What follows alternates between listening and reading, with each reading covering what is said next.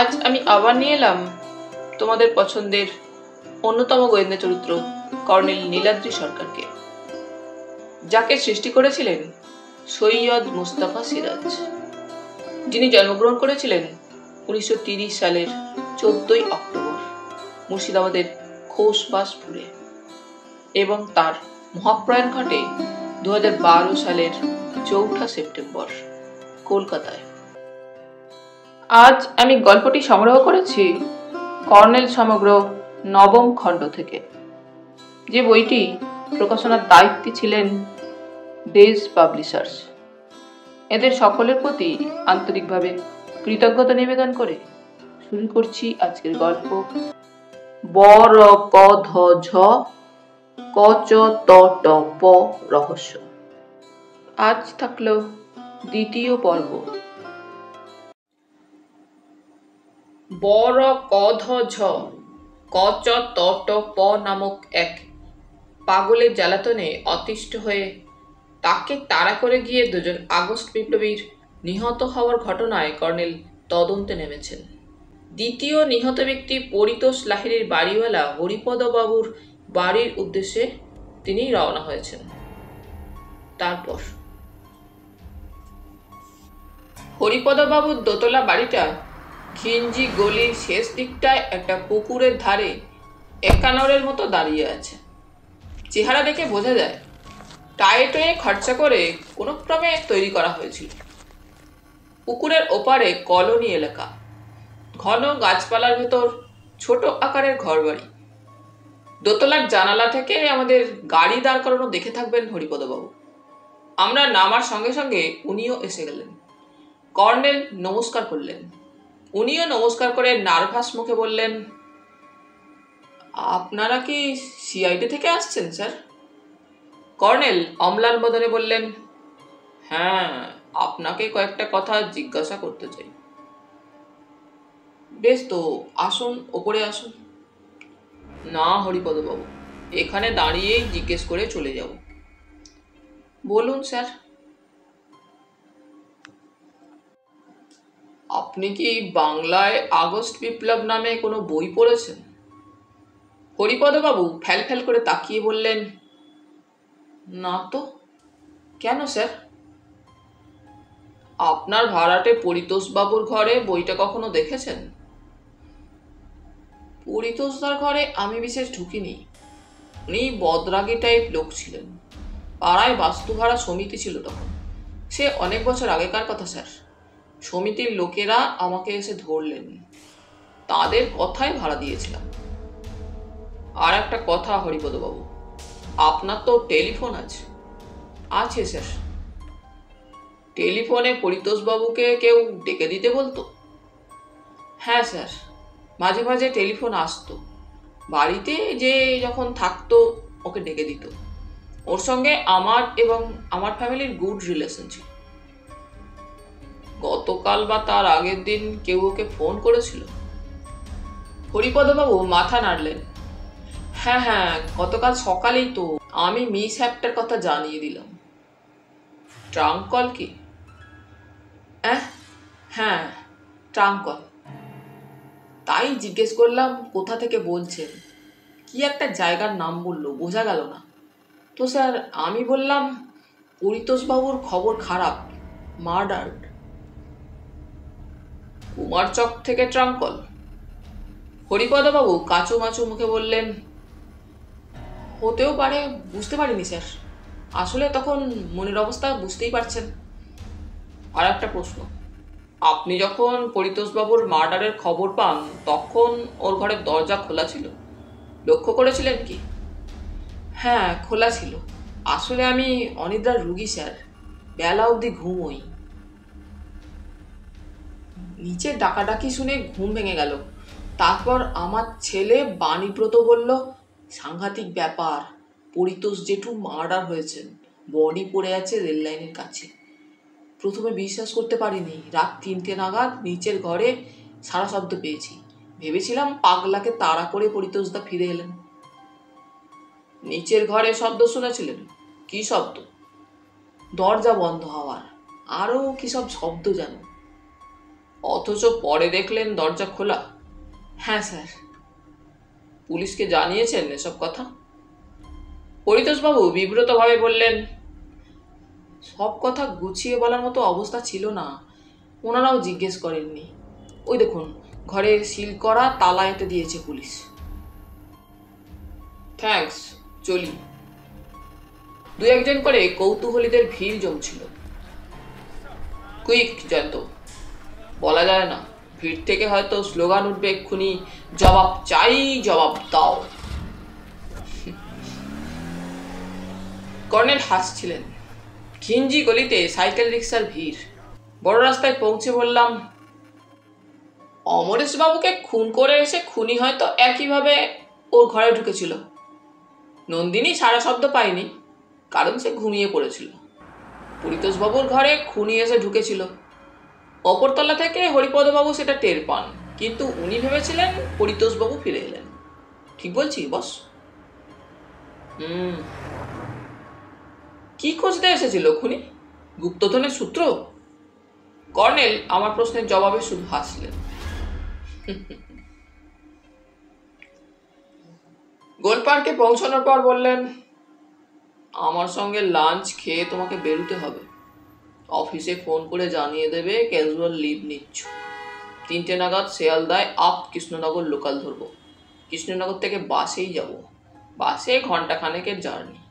আসলে আমরা ঘুর পথে যেতে চাই। সোজা ট্রেনে গেলে স্টেশন থেকে 3 কিলোমিটার দূরত্ব, কিন্তু রিস্ক না নেওয়াই ভালো। আমি যাব অর্কিডের খোঁজে, তুমি যাবে তোমার কাগজের পক্ষ থেকে। উন্মাদ আশ্রম সম্পর্কে রিপোর্টার্স লিখবে। মিনিস্টার যখন পৃষ্ঠপোষক, তখন কাগজের ইন্টারেস্ট থাকতেই পারে। মিনিস্টারেরও পাবলিসিটি হবে, পরবর্তী ভোটে কাজে লাগাবে সেটা। পয়েন্টটা বুঝলে তো? বুঝলাম, কিন্তু পাগলাগারদ ব্যাপারটা বড্ড অস্বস্তিকর। উন্মাদ আশ্রম ডার্লিং, একই কথা। বরং হালদার মশাইকে সঙ্গে নিয়ে যান না কেন? হালদার মশাই সকালের ট্রেনে আবার গেছেন, তবে এবার গিয়ে সম্ভবত ছদ্মবেশ ধরেছেন। কি সর্বনাশ! আবার কি বিভ্রাট বাঁধাবেন তাহলে? কর্নেল হাসতে হাসতে বললেন, তুমি তো জানো উনি ছদ্মবেশ ধরতে ওস্তাদ। বলা যায় না, হয়তো পাগল সেজে আশ্রমে ভর্তি হয়েই গেছেন এতক্ষণে। ইলিয়ট রোডে কর্নেলের অ্যাপার্টমেন্টে ফিরে গিয়ে নন্দিনীকে দেখে অবাক হলাম। সে কর্নেলকে বলল, তারা জেঠুদের টেলিফোন হঠাৎ ডেড হয়ে গেছে, তাই চলে এলাম। কর্নেল বললেন, কতক্ষণ এসেছো? মিনিট 10 আগে। নন্দিনী চাপ আসারে বলল, মা বলল কাউকে না জানিয়ে চুপচাপ আসতে, তাই একা এলাম। আমাকে এখনই ফিরতে হবে। কর্নেল ভুরু কুঁচকে তাকালেন। কিছু কি ঘটেছে? নন্দিনী তার হ্যান্ডব্যাগ থেকে একটা ভাঁজ করা নীল ইনল্যান্ড লেটার বের করে কর্নেলকে দিল। আজ আবার টেবিলের ড্রয়ার গোছাতে গিয়ে এই চিঠিটা পেয়েছি। চিঠিটা দেখুন, মায়ের নামে এসেছিল। বাবা মাকে না দিয়ে কেন লুকিয়ে রেখেছিল বুঝতে পারছি না। মাকে আপনার কথা বলেছিলাম, মা এখন অনেকটা সুস্থ, আপনাকে জানাতে বলল। কর্নেল চিঠিটা পড়ছিলেন। পড়ার পর আতস কাচে ডাকঘরের ছাপ পরীক্ষা করলেন। তারপর বললেন, গত 25শে মে লোকাল পোস্ট অফিসে এসে পৌঁছেছিল। তা তোমার মা চিঠিটা পড়ে কি বলল?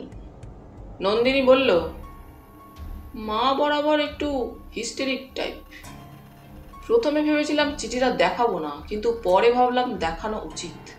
দেখালাম। বলল, বুঝতে পারছি না, তো তারা জেঠুকে ডাক। তখন আপনার কথা বললাম।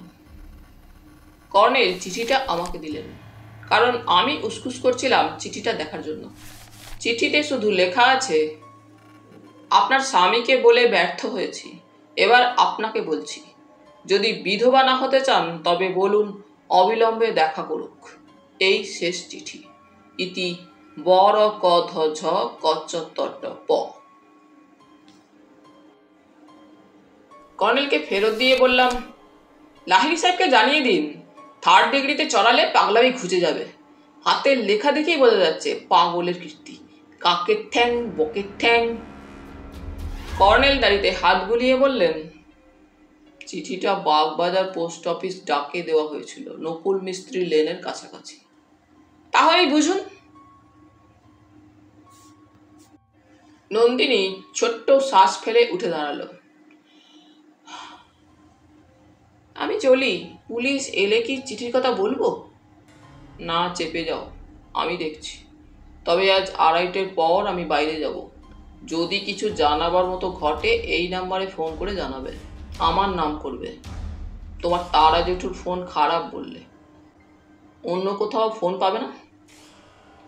মোড়ে ওষুধের দোকানে পেয়ে যাব। কর্নেল একটা চিরকুটে ফোন নাম্বার এবং নাম লিখে দিলেন। বললেন, মিস্টার লাহিড়িকে চাই বলবে।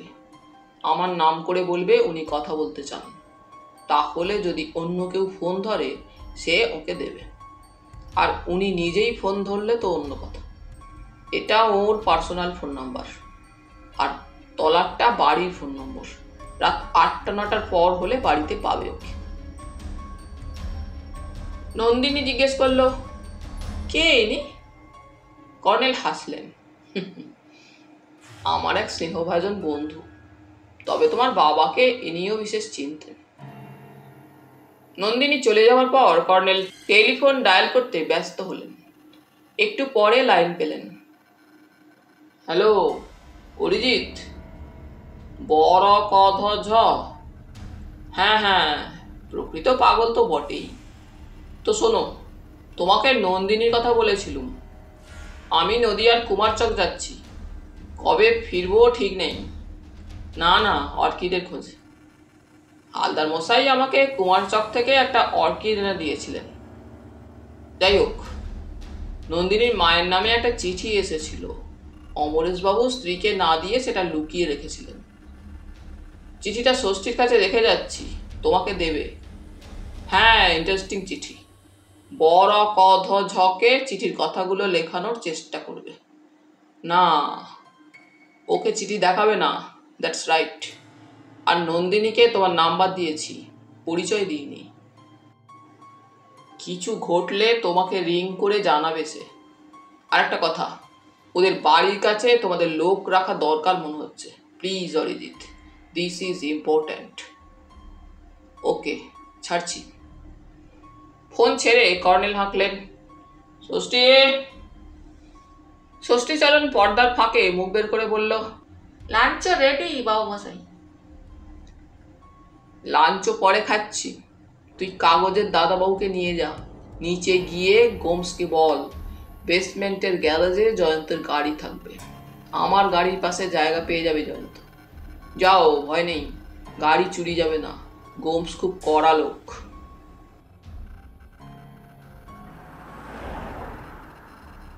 কৃষ্ণনগর থেকে ভিড়ে বোঝাই বাসটা যখন আমাদের কুমারচকে পৌঁছে দিল, তখন চারিদিকে সন্ধ্যার ঘোর লেগেছে। কিন্তু এ কোথায় এলাম? পিচ রাস্তার ধারে কয়েকটা ঘুপচি দোকানপাট, কাছাকাছি আর কোনো ঘরবাড়ি নেই। উঁচু নিচু গাছপালা আর আবাদি অনাবাদি মাঠ। বললাম, কোথায় কুমারচক? কর্নেল বললেন, আছে গাছপাড়ার আড়ালে, ওই দেখো আলো ঝিকমিক করছে, মাত্র 1 কিলোমিটার দূরত্ব। তাহলে এখানে নামলাম কেন? এটাই বাস স্টপ। কুমারচক ডাক বাংলোর স্টপ বলে লোকে। দাঁড়াও, একটা সাইকেল রিক্সা রাখি। বাস থেকে জনাকতক যাত্রী নেমেছিল। তারা কেউ সাইকেল রিক্সায়, কেউ পায়ে হেঁটে চলে গেল। আমাদের দেখে একজন রিক্সাওয়ালা এগিয়ে এসেছিল। কর্নেলের চেহারা দেখেই তার শ্রদ্ধাভাব কিংবা বড় দাও মারার মতলব যেন। আসুন স্যার, নিয়ে যাই। ডাক বাংলোয় যাবেন তো স্যার? 10 টাকা রেট। ফরেস্ট বাংলো 20 টাকা। টুরিস্ট লজ হলে 25 টাকা লাগবে স্যার, রাস্তা খারাপ। কর্নেল রিক্সায় উঠে বললেন, ফরেস্ট বাংলো। বাস রাস্তাটা ধরে এগিয়ে রিক্সাওয়ালা বলল, আমি বলেই যাচ্ছি স্যার, অন্য কেউ আসতো না। সন্ধ্যাবেলা আজকাল বড্ড ছিনতাইয়ের ভয়। পাগলেরও ভয়। রিক্সাওয়ালা মুখ ঘুরিয়ে তাকালো। আগে বলছি পাগলের পাল্লায় পড়ারও ভয় আছে, কারণ কুমারচকে নাকি পাগলা গারদ আছে শুনেছি। রিক্সাওয়ালা আমাদের খিক করে হাসতে লাগলো।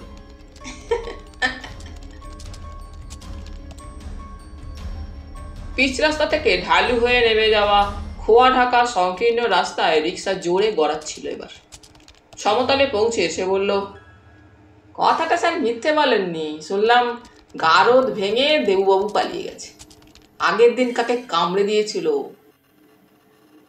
পাগলদের দাঁতে বিষ আছে স্যার, তার নাকি মরো মরো অবস্থা। পাগলের নাম দেবুবাবু? আগে অনেক বছর ধরে পাগলা হয়ে ঘুরে বেড়াচ্ছিল। ওনার এক ভাই চণ্ডীবাবু সব রেজিস্ট্রি অফিসের মুহুরি গত মাসে দাদাকে কোত্থেকে ধরে এনে শচীনবাবুদের পাগলা গারদে ভর্তি করেছিল, কিন্তু দেবুবাবুকে ধরে রাখতে পারে? শুনেছি গভর্নমেন্টের জেল ভেঙে পালিয়ে এসেছিল, গভর্নমেন্টই ধরতে পারেনি। সে রিক্সা থামিয়ে নামলো, রিক্সার মাথার ল্যাম্পটা জ্বেলে নিল। দুধারে উঁচু গাছ, অন্ধকার এখন গাঢ় হয়েছে। কর্নেল টর্চের আলো জ্বেলে সামনে ও পাশটা দেখছিলেন। রিক্সাওয়ালা তার রিক্সায় উঠে প্যাডেলে চাপ দিয়ে বলল, টর্চ জ্বালবেন না স্যার, তাহলে আর দেখতেই পাবো না কিছু। তুমি ঠিক বলেছ। তোমার নাম কি হে? আজ্ঞে স্যার নেয়ামত আলী। কুমারচকেই বাড়ি? আগে ছিল, এখন ডাক বাংলো বাস স্টপে থাকি। কুমারচক ছেড়ে চলে এলে কেন? ভাইদের সঙ্গে বনিবানা হলো না, জমিজিদের তো নেই, তাই চলে এলাম।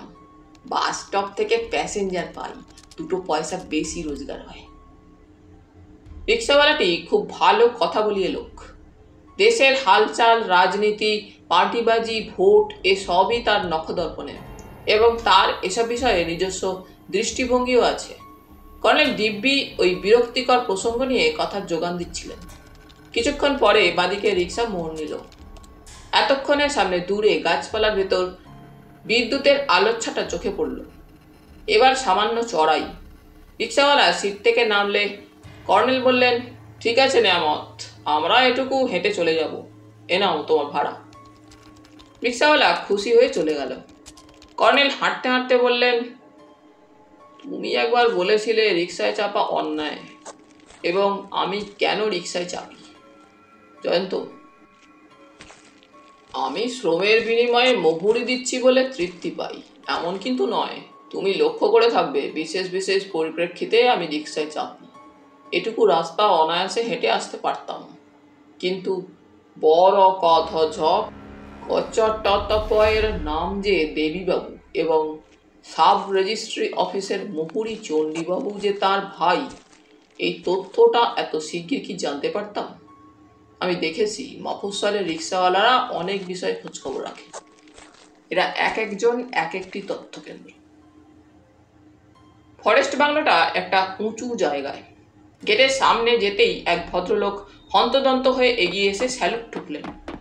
আসুন কর্নেল সাহেব, ডিএফও সাহেবের লোক বিকেলে আমার কোয়ার্টারে মেসেজ দিয়ে গেল, তখনই চলে এলাম বাংলোয়, কিন্তু ট্রেন চলে গেল, আপনার দেখা নেই, তাই ভাবলাম আজ আর আসছেন না। কর্নেল আলাপ করিয়ে দিলেন। ভদ্রলোকের নাম অনন্ত বিশ্বাস, একসময় ডিফেন্সে ছিলেন, পরে ওড়িশার একটা জঙ্গলে রেঞ্জার ছিলেন। চোরা শিকারীদের সঙ্গে ঝামেলায় চাকরি ছেড়ে দেন, তারপর আবার সেই জঙ্গলে চাকরি জুটিয়েছেন। তবে এই জঙ্গল ওর ভাষায় নিরামিষ জঙ্গল। মৌরী নদীর দুধারে একসময় বাঘ ভালুকের জঙ্গল ছিল, পরে জঙ্গল প্রায় উজাড় হয়ে যাচ্ছিল। পরিবেশ রক্ষার কারণে সরকার গত 30 বছর ধরে গাছ লাগিয়ে জঙ্গলটার ভোল ফিরিয়েছেন, তবে বাঘ ভালুক নেই। বছর 3 আগে একটা ডিয়ার পার্ক হয়েছে, এই পর্যন্ত। বাংলায় কেয়ারটেকার কাম চৌকিদার ভোলা কর্নেলকে চেনে, মালি নবও চেনে। কুমারচকে কর্নেল 2 বছর আগে এসেছিলেন, অথচ আমাকে বলেননি। অনন্তবাবু সাইকেলে চেপে চলে গেলেন। আমরা বাংলোর উত্তরের বারান্দায় বসে কফি খাচ্ছিলাম। আলোর শেষ প্রান্তে ছোট্ট গেট, গেট থেকে পায়ে চলা পথ জঙ্গলের ভেতর নেমে গেছে। কর্নেল বললেন, 100-2 মিটার হেঁটে গেলে মৌরী নদী, এদিকটায় দিনে একটা পুকুর দেখতে পাবে। তারই মাটি টিলার মতো উঁচু করে এই বাংলো তৈরি হয়েছিল। নদীতে যত বন্যাই হোক বাংলো ডোবে না। পুকুরটা নদীর জল পাম্প করে এনে গ্রীষ্মে ভর্তি রাখা হয়। পুকুরে প্রচুর মাছ আছে। নবমালী বারান্দার শেষ দিকটায় বসেছিল। বলল, আর তত মাছ নেই স্যার, চোরের খুব উপদ্রব বাড়ছে। এই তো সেদিন রাতে জাল ফেলে ধরে নিয়ে গেল, আমরা ভয়ে বেরোতে পারিনি। ফরেস্ট গার্ড ছিল দেখেছিলাম, তারা কি করে? নব হাসল।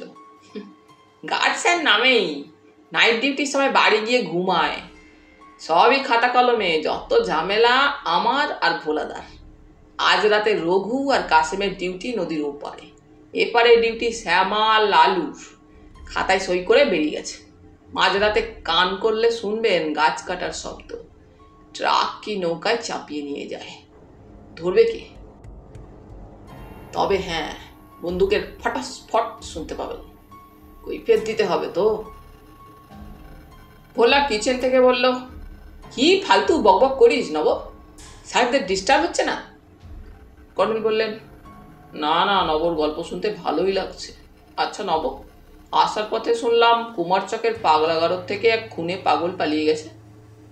ও হ্যাঁ, আমিও শুনেছি স্যার, বলে সে ডাকলো, ভোলাদা। কিচেন থেকে ভোলা সাড়া দিল শুধু। ভোলাদা তার পাল্লায় পড়েছিল স্যার, নব বলল। সে হেসে অস্থির হচ্ছিল।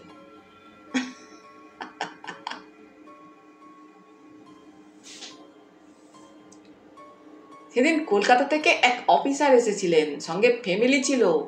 ভোলাদার সাইকেলে বাজার করে ফিরছে, ফরেস্টের এরিয়ার স্যার। পড়বি তো পর একেবারে তার মুখে। তারপর কি হলো সাহেবদের বলো ভোলাদা। কর্নেল ডাকলেন, ভোলা, রান্না পরে হবে, এসো গল্প করা যাক। ভোলা বেরিয়ে এলো একটু পরে। গামছায় হাত মুছে হাসতে হাসতে বলল, আমি প্রথমে চিনতে পারিনি, সাইকেলে জঙ্গল ভেঙে সোজা আসছি।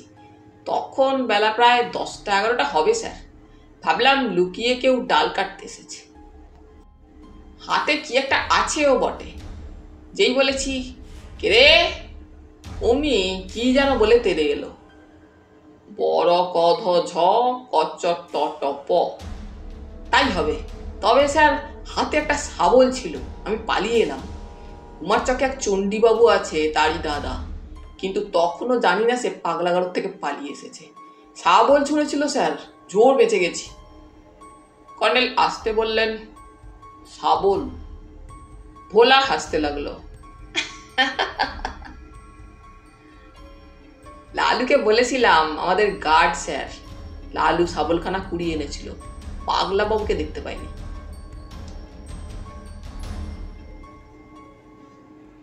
নতুন জায়গায় গেলে আমার যা হয়, ঘুম আসতে চায় না। মশার উপদ্রব নেই, গরমও নেই, কারণ ঘরটা এয়ার কন্ডিশনড। রহস্যভেদী টেবিল বাতির আলোয় কিসব লেখালেখি করছিলেন, বোঝা গেল না।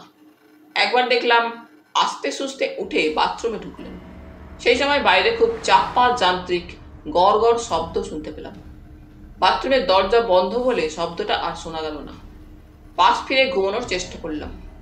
বাথরুম খুলে উনি যখন বেরোচ্ছেন তখন কয়েক সেকেন্ডের জন্য আবার সেই শব্দ। ঘুরে বললাম, বাইরে যেন গাড়ির শব্দ শুনলাম। কর্নেল শুধু বললেন, কোনো অফিসার এলেন নাকি? আসতেই পারেন। কর্নেল টেবিলে ঝুঁকে বললেন, ফের বললেন, তেমন হোমরা চোমরা কেউ এলেও এ ঘর ছাড়তে হবে না আমাদের, কারণ বাকি ঘরটাও এয়ার কন্ডিশনড। এই বাংলোয় এয়ার কন্ডিশনার যন্ত্র যেন নতুন মনে হচ্ছে। কেন? তেমন শব্দ করছে না। আপনার মনে পড়ছে দরিয়াগঞ্জ বাংলোয় সারা রাত কি শব্দ, শেষে বন্ধ করে জানালা খুলে দিতে হলো। চিন্তা করুন, তখন অক্টোবর মাস, কি মশা কি মশা। কথা বললে আর ঘুমই আসবে না ডার্লিং, এমনিতেই ঘুম আসছে না। বাইরে কিছুক্ষণ হাঁটাচলা করে এসো, বাঘ ভালুক নেই, কৃষ্ণপক্ষ হলেও এতক্ষণে চাঁদ ওঠার কথা। বরং নদীর ধারে চলে যাও, মুগ্ধ হবে।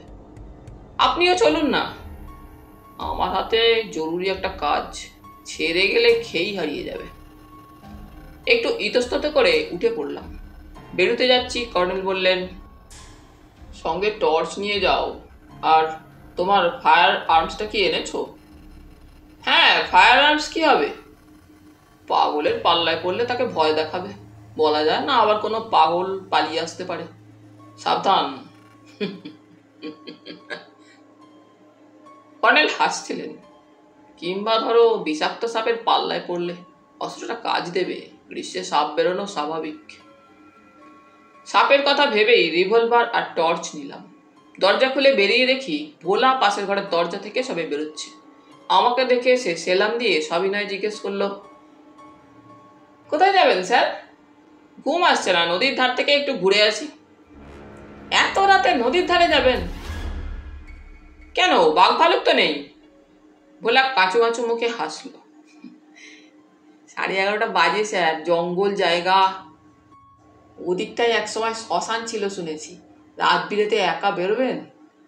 সঙ্গে যেতাম বরং, কিন্তু কলকাতা থেকে এক সাহেব মেম সাহেব এলেন এক্ষুনি। ওই দেখুন ওনাদের জিপ গাড়ি, চা কফি খাবেন টাবেন। আমার স্যার এই এক জ্বালা। বারান্দা ঘুরে উত্তরে যাচ্ছি, ভোলা ফের বলল, গেটে তালা আছে স্যার, খুলে দিচ্ছি চলুন। ছোট্ট গেটের তালা খুলে দিল ভোলা। দুধারে ঝোপঝাড়, ঢালু হয়ে এক ফালি পায়ে চলা পথ নেমে গেছে। টর্চের আলো ফেলতে ফেলতে এগিয়ে গেলাম। সামনে ফাঁকা ঘাসে ঢাকা জমি, তারপর নদী। নদীটা ছোট, বালির চড়া পড়েছে, কিন্তু জল আছে। খুব ধীরে স্রোত বইছে। টর্চ নিভিয়ে আধখানা চাঁদের আলোয় আদিম প্রকৃতির রূপ দেখছিলাম। সাপের ভয়ে অবশ্য মাঝে মাঝে পায়ের চারদিকে টর্চের আলো ফেলছিলাম। একটু পরে ঘাস জমি থেকে নদীর শুকনো ঢালু খাড়ি দিয়ে নেমে বালির চড়ায় চলে এলাম।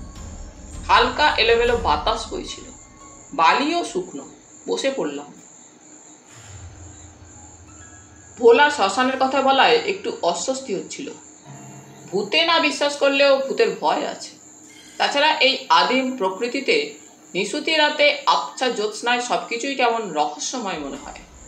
কোথাও রাত পাখি ডেকে উঠল। একটু পরে মাথার উপর দিয়ে ক্র্যাও ক্র্যাও করে উড়ে গেল পেঁচা। সেই সময় হঠাৎ চোখে পড়ল নদীর ওপারে গাছপালার ভেতর লালচে আলোর বিন্দু চুপচুপ করছে। কেউ সিগারেট টানছে। কিন্তু এত রাতে জঙ্গল এসে কেউ সিগারেট টানছে, এটা অস্বাভাবিক মনে হলো। ওপারে তো কোনো বসতি নেই, কোনো বাংলোও নেই যে আমার মতো কোনো বাইরের লোক অনিদ্রার কারণে বেড়াতে বেরোবে।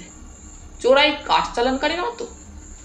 একবার ভাবলাম গিয়ে চার্জ করব, কিন্তু বালির চড়ার নিচে আন্দাজ 15-20 মিটার চওড়া জল। জলটা কত গভীর জানি না। এখান থেকে টর্চের আলো অত দূর পৌঁছাবে না। খামোখা লোকটা সতর্ক হবে এবং পালিয়ে যাবে। গুড়ি মেরে এপারে চলে এলাম। পাড়ে উঠে ঘাস জমি পেরিয়ে গাছের ছায়ায় দাঁড়িয়ে লক্ষ্য করলাম একটা ছায়ামূর্তি সিগারেট টানতে টানতে জলের ধারে এলো। সিগারেটটা জলে ছুঁড়ে ফেললো। জলের গভীরতা নিশ্চয়ই কম, কারণ সে জল পেরিয়ে বালির চড়ায় উঠল। জ্যোৎস্নায় তাকে অস্পষ্টভাবে দেখা যাচ্ছে। কোনো গ্রাম্য লোক নয়। পরনে প্যান্ট শার্ট এবং হাতে লাঠির মতো কি একটা আছে। নদীর ঢালে এগিয়ে এসে সে ওটা কাঁধে তুললেই বুঝতে পারলাম ওটা বন্দুক। পা টিপে টিপে বাংলোয় ওঠার রাস্তায় একটা ঝোপের পাশে গুঁড়ি মেরে বসে পড়লাম। বন্দুকধারী লোকটার গতিবিধি সন্দেহজনক। সে এসে আমার নাকের ডগা দিয়ে বাংলোর গেটে চলে গেল। একটু থমকে দাঁড়ালো গেটের কাছে, তারপর টর্চ জ্বাললো এতক্ষণে। সম্ভবত গেট খোলা দেখে সে অবাক হয়েছে। তারপর সে গেট খুলে ঢুকে গেল এবং এবার আমাকে অবাক করে চেঁচিয়ে ডাকলো, ভোলা, এই ভোলা। ভোলার সাড়া পাওয়া গেল। কে? কাসিম বাবু নাকি? কাসিম বাবু? তার মানে ফরেস্ট গার্ড কাসিম, যার কথা ভোলা বলছিল। এও বলছিল কাসিমের ডিউটি আছে নদীর ওপারে। সব রহস্য মাঠে মারা গেল। এগিয়ে গেলাম গেটের দিকে। ভোলা বলছে, নদীর ধারে কলকাতায় এক সাহেবের সঙ্গে দেখা হয়নি? উনি তো কিছুক্ষণ আগে বেড়াতে বেরোলেন। বনরক্ষী বলছে, কাকেও তো দেখলাম না। সে কি সর্বনাশ! উনি গেলেন কোথায়? কর্নেল সাহেবকে খবর দিই। সেই কর্নেল সাহেব এসেছেন নাকি? হ্যাঁ, ওনার সঙ্গে এসেছেন আরেক সাহেব। বনরক্ষী চাপা গলায় বলে উঠল, টিকটিকি পাঠিয়েছে নাকি ওপর থেকে? সর্বনাশ হয়েছে। ভোলা, সেন সাহেবের আসার কথা, আসেননি? এসেছেন, এবার সঙ্গে মেম সাহেবও এসেছেন। ওরা কথা বলতে বলতে ফুলবাগান পেরিয়ে বাংলোর বারান্দার দিকে যাচ্ছিল। বনরক্ষীর মুখে টিকটিকি এবং সর্বনাশ হয়েছে এই দুটো কথা শুনেই আমি সাড়া দিতে গিয়ে চুপ করেছিলাম। প্রথমে রহস্য নেই ভেবেছিলাম, কিন্তু রহস্য একটা আছে দেখা যাচ্ছে। বারান্দা ঘুরে গিয়ে আমাদের রুমের দরজায় আস্তে নক করলাম।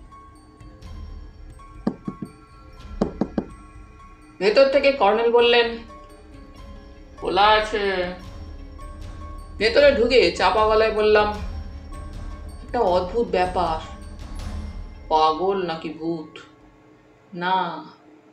বলে কর্নেলকে সংক্ষেপে ঘটনার বিবরণ দিলাম। শোনার পর কর্নেল হাসলেন। কাঠ পাচার হবে ডার্লিং। কোনো এক সেন সাহেব সম্ভবত কাঠ পাচার চক্রের চাই। বনরক্ষী কাসেমের সঙ্গে তার যোগ সাজস আছে বোঝা যাচ্ছে। সেন সাহেব চতুর লোক বলেই সঙ্গে মেম সাহেবকে এনেছে। সেই মেম সাহেব যে তার বউ, এ কথা হলফ করে বলা কঠিন। ভোলাও এর সঙ্গে যুক্ত? জয়ন্ত, প্রাণের দায়ে বা চাকরির দায়ে আজকাল অনেক মানুষকে সব জেনেও মুখ বুজে থাকতে হয়। পুলিশে এখনই গিয়ে খবর দিয়ে আসা উচিত, হাতে নাতে ধরা পড়ে যাবে ওরা। কর্নেল টেবিলের কাগজগুলো গুছিয়ে বললেন, কাঠ পাচারের চেয়ে আমি এখন একটা মন্দিরের রহস্য দামি মনে করছি। মন্দির? মন্দির কোথা থেকে এলো? বড় কধ ঝ কচ ট ট প থেকে। হ্যাঁ। দরজায় নক করলো কেউ। কর্নেল বললেন, খোলা আছে। ভোলা ঢুকেই আমাকে দেখে হাসলো। এসে গেছেন? ওহ, খুব ভাবনায় পড়ে গিয়েছিলাম স্যার। গার্ড কাসেম এইমাত্র নদীর ওপার থেকে এলো। জিজ্ঞেস করলে বলল আপনার সঙ্গে দেখা হয়নি। কর্নেল বললেন, গার্ডরা রাত বিরেতে তোমাকে জ্বালাতে আসে দেখছি। ভোলা বিব্রত মুখে বলল, হ্যাঁ স্যার, ঘুম থেকে জাগিয়ে বলে চা খাবো। কাসেম চা খেতে এসেছে? আগে। বলে ভোলা বেরোনোর জন্য ঘুরল। পাশের ঘরে কে এসেছেন ভোলা? সেন সাহেব স্যার, মিনিস্টারের সঙ্গে ওনার খাতির আছে। মিনিস্টার আমাদের কুমারচকের রাজবাড়ির লোক স্যার, তা তো জানেন। মাঝে মাঝে আসেন সেন সাহেব। এবার সঙ্গে মেম সাহেবও এসেছেন। ঠিক আছে, তুমি এসো, এবার আমরা শুয়ে পড়ব। দরজা লক করে কর্নেল শুয়ে পড়লেন। তারপরে ওর নাক ডাকা শুরু হলো।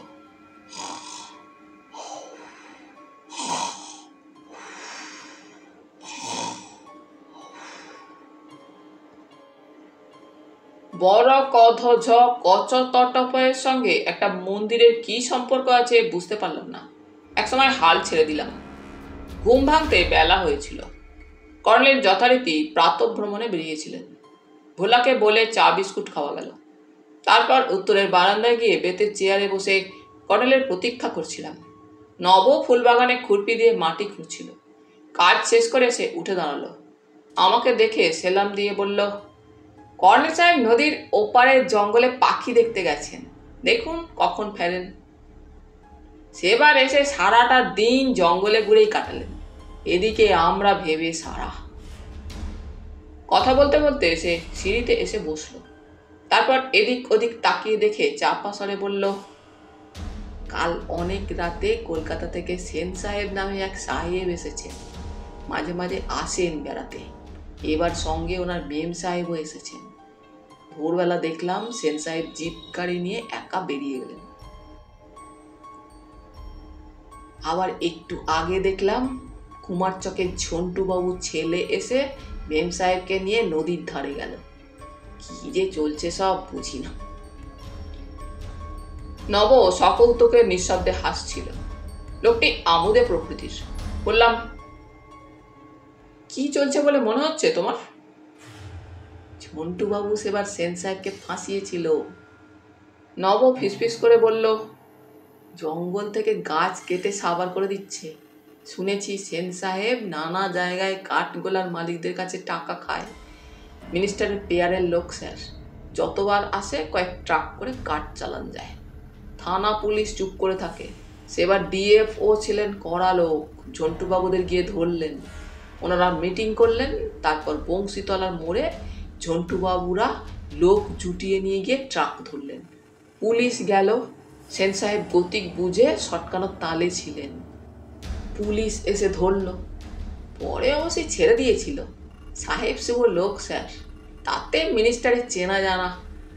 কিন্তু পরে বোধ করি ঝন্টুবাবুর সঙ্গে মিটমাট করে নিয়েছে। তা না হলে সেন সাহেব যখন তখন আর আসছেন কি করে? এদিকে দেখুন, ঝন্টুবাবুর ছেলের সঙ্গে মেম সাহেবের জানাশোনা। ঝন্টুবাবু কে? ওই যে পাগলা গারদ করেছেন, কি যেন নামটা? শচীন মজুমদার? নব হাসল। হ্যাঁ স্যার, চেনেন নাকি? নাম শুনেছি। ওর ছেলের নাম কি? বিল্লুবাবু। এ তল্লাটের ডাকসাইটে গুন্ডা sir, BA pass, motorcycle হাঁকিয়ে বেড়ায়। কিন্তু যত খুনে মস্তান সব ওর চেলা। মোটর সাইকেল চেপে এলো, সেন সাহেবের রুমে ঢুকলো, একটু পরে মেম সাহেবকে নিয়ে এই গেট দিয়ে বেরিয়ে গেল। আপনি তখন বোধ করি ঘুমিয়েছিলেন। নব হঠাৎ উঠে গেল। বাংলার পশ্চিমে গাছপালার আড়ালে একটা পুকুর দেখা যাচ্ছিল। সে সেই দিকে চলে গেল। একটু ইতস্তত করে উঠে পড়লাম। এই কৌতূহল অশালীন স্বীকার করছি, কিন্তু আসলে ব্যাপারটা বোঝার নেশা পেয়ে বসেছিল। একটা রোমান্টিক ঘটনার আড়ালে কিছু নেই তো? ঘরে গিয়ে ফায়ার আর্মসটা নিয়ে এলাম। উত্তরে নদীর দিকের গেটে যাচ্ছি, ভোলা দৌড়ে এলো। Breakfast ready sir. কন সাহেব কখন ফিরবেন ঠিক নেই, আমি বাজার করতে যাব। বললাম, এখনই আসছি, তুমি বাজার গেলে নবকে বলে যাও বেড়ালের হাত থেকে ব্রেকফাস্ট পাহারা দেবে। বলে হাসতে হাসতে বেরিয়ে গেলাম। বুঝতে পেরেছিলাম ভোলা আমাকে এখন ওদিকে যেতে দিতে চাইছে না। একবার ঘুরে দেখলাম ভোলা কেমন চোখে তাকিয়ে দাঁড়িয়ে আছে। নদীর ধারে কেউ কোথাও নেই। বালির চড়া পেরিয়ে গেলাম।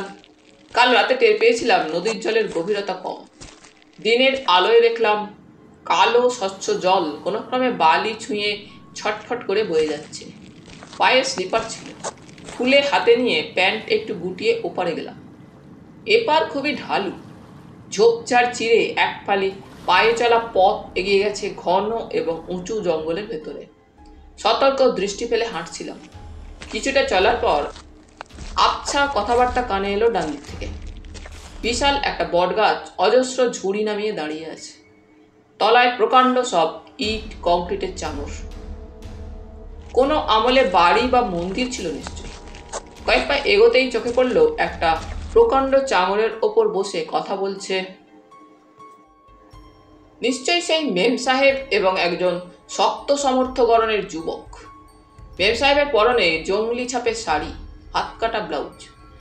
যুবকটির পরনে জিন্সের প্যান্ট, লাল গেঞ্জি। বটের ঝুড়ির আড়ালে গুঁড়ি মেরে সাবধানে তাদের প্রায় কাছাকাছি চলে গেলাম। একটা ঝোপের আড়ালে বসলাম।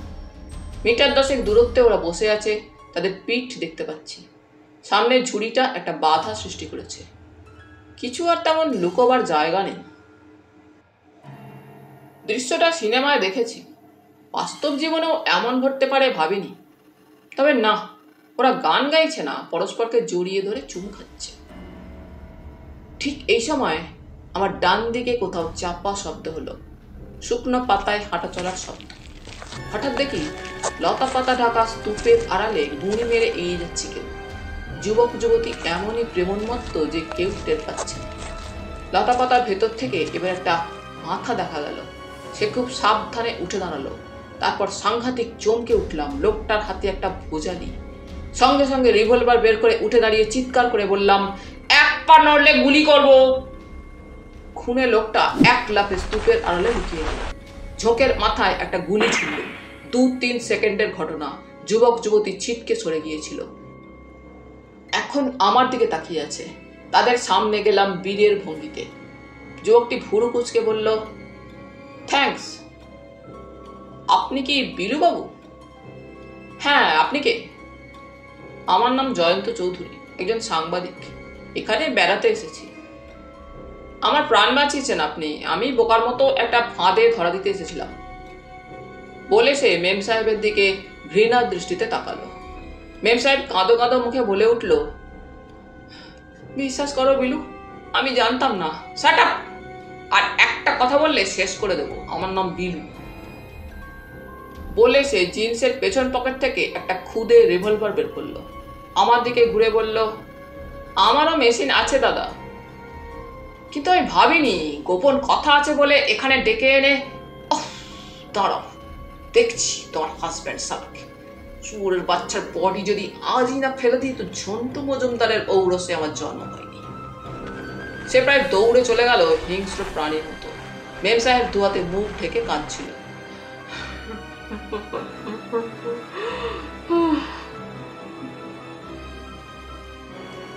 বললাম, কে আপনি? কান্না থামছে না দেখে খাপ্পা হয়ে বললাম, ন্যাকামি ছাড়ুন, কে আপনি? ঠিক ঠিক জবাব না পেলে আপনাকে পুলিশে ধরিয়ে দেবো। শুনলেন তো, আমি সাংবাদিক। দৈনিক সত্যসেবক পত্রিকা থেকে এই জঙ্গলের চোরা কাঠ পাচারের তদন্তে এসেছি। আপনিও দেখছি এর সঙ্গে জড়িত। আপনি সত্যি কথা না বললে আপনার ছবিও ছেপে দেবো কাগজে। বুঝতে পারছেন কি বলছি? মেম সাহেব এবার রুমালে চোখ মুছে মাথা নাড়লেন।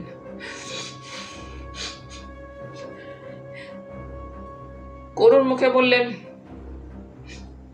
বিশ্বাস করুন, আমি কিছু জানি না। আপনার নাম কি? নীতা সেন। আমি কুমার চকেরই মেয়ে। আপনার স্বামীর নাম? সুকমল সেন। আপনি আমার সব কথা শুনলে বুঝতে পারবেন সত্যি আমি কিছু জানি না। বিলু আমাকে অকারণে ভুল বুঝে গেল। আমার ভয় করছে। আপনি আমাকে বাংলায় পৌঁছে দিন প্লিজ। চারদিক দেখে নিয়ে বললাম, চলুন। বটগাছটা পেরিয়ে গিয়ে নিতা কান্না জড়ানো গলায় বলল, আমি জানি আমার স্বামী লোক ভালো নয়। আমার জীবনটাকে নিয়ে সে ছিনিমিনি খেলছে, কিন্তু আমার যাওয়ার কোনো জায়গা নেই। মরতে ভয় করে, নইলে কবে মরে যেতাম। আপনি বললেন কুমার চকের মেয়ে। ওখানে কেউ নেই আপনার? দূর সম্পর্কে তার কাকা আছেন, কিন্তু তিনি গরিব মানুষ। আমার দায়িত্ব নেননি। কলকাতায় আমার মামা ছিল, সেখানে পাঠিয়ে দেন। মামা মরার আগে আমার এই সর্বনাশ করে গেছেন। কুমার চকে আপনার সেই কাকার নাম কি? চণ্ডীপ্রসাদ দাশগুপ্ত। একটু অবাক হয়ে বললাম, চণ্ডীবাবু মানে যিনি সাব রেজিস্ট্রি অফিসে কাজ করেন? হ্যাঁ, আপনি চেনেন? সাংবাদিকদের অনেক খোঁজ রাখতে হয়। তো আপনার বাবার নাম? বাবা বেঁচে থেকেও ডেড ম্যান। মা তো আমার ছেলেবেলায় মারা যান। আমার বাবা ফ্রিডম ফাইটার ছিলেন। জেল থেকে বেরিয়ে মাকে বিয়ে করেন। বেশ ছিলেন। বছর 15 আগে একটু করে পাগলামির লক্ষণ দেখা দিল, তারপর একেবারে পাগল হয়ে গেলেন।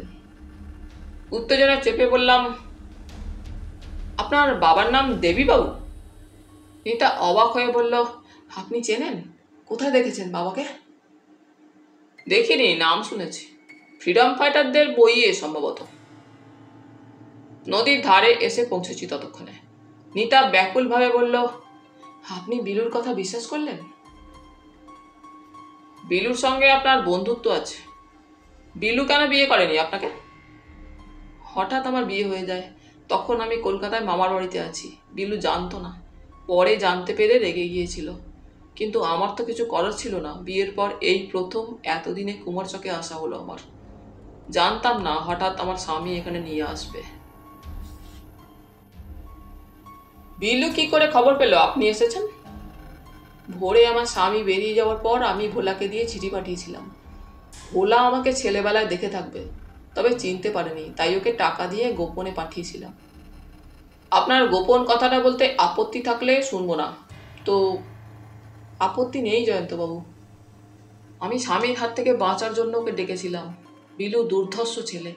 আমার বিশ্বাস ছিল ও আমাকে এই বাস্টারটার হাত থেকে সরিয়ে নিয়ে যেতে পারবে। কিন্তু যে শয়তানটার হাতে আমি পড়েছি, সে যে কত ধূর্ত তার প্রমাণ পেয়ে গেলাম। এখন আমার ভীষণ ভয় করছে। আপনি ওকে বাঁচান জয়ন্তবাবু।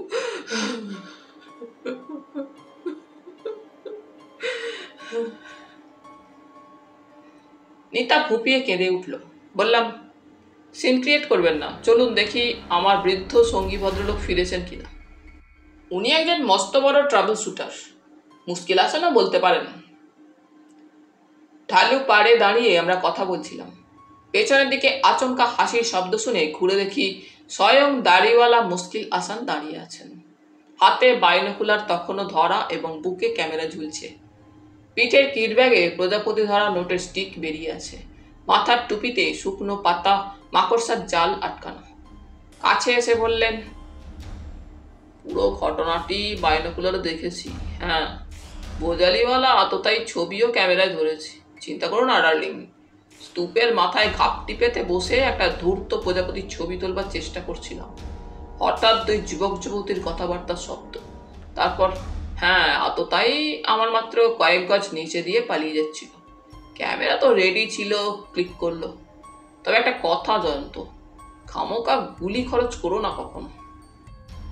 লাইসেন্সড রিভলভারের গুলি খরচ করলে কৈফিয়ত দিতে হয় আইনত।